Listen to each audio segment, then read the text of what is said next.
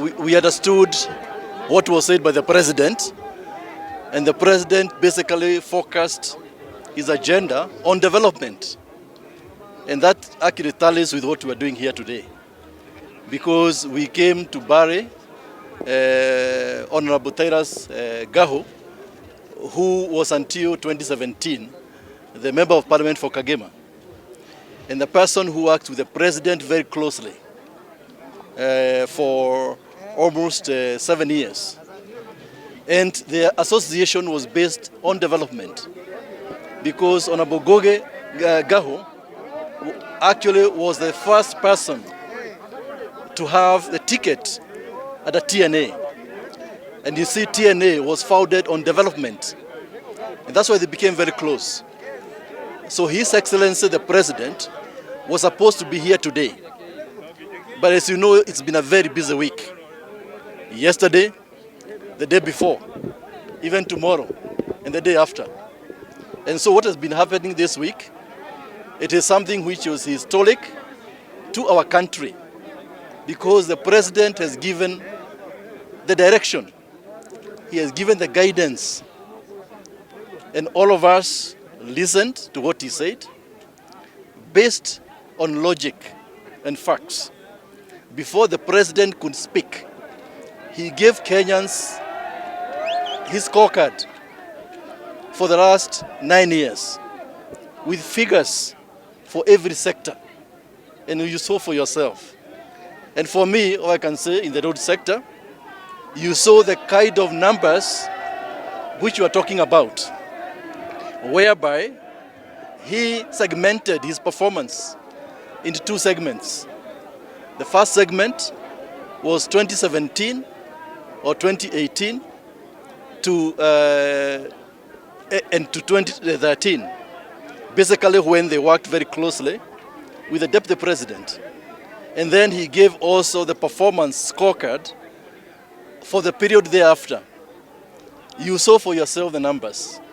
I don't have to repeat myself, but citing the road sector, clearly you could see that 70% of the work was actually done, has been done in the second term.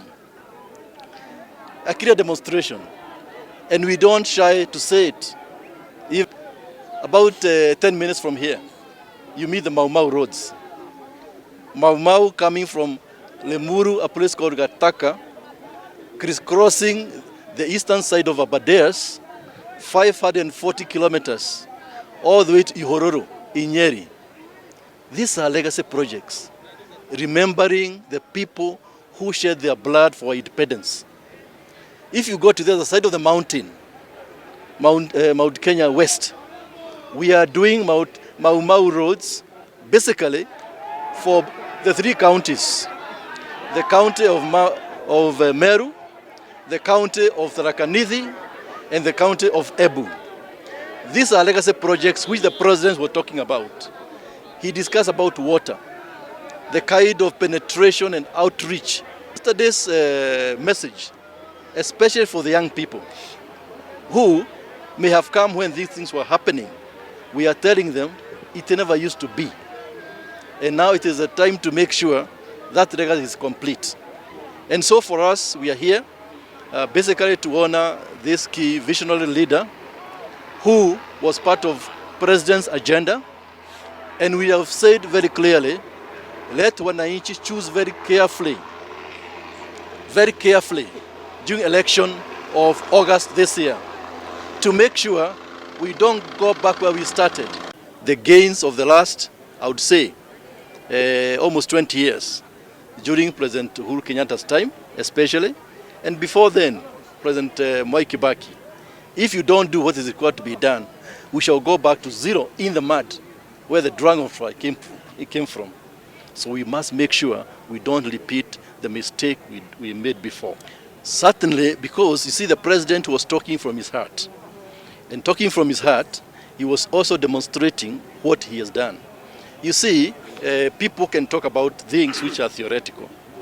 They talk about things they have not done before. The campaign period is over, they disappear, they go forever.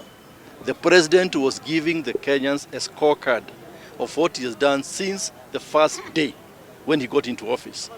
And so we have to listen to that, because that's a development which is favoring our people. If I do these Mau roads and finish these roads, akina my mama sitting here, they can transport their tea without a problem. If we have health issues of our youngsters, they can be taken to health centers. You've heard the many hospitals which has been done. So the scorecard is everything. We are a developing country. We have no luxury to be able to be told about utopia, things which do not exist. We have no luxury.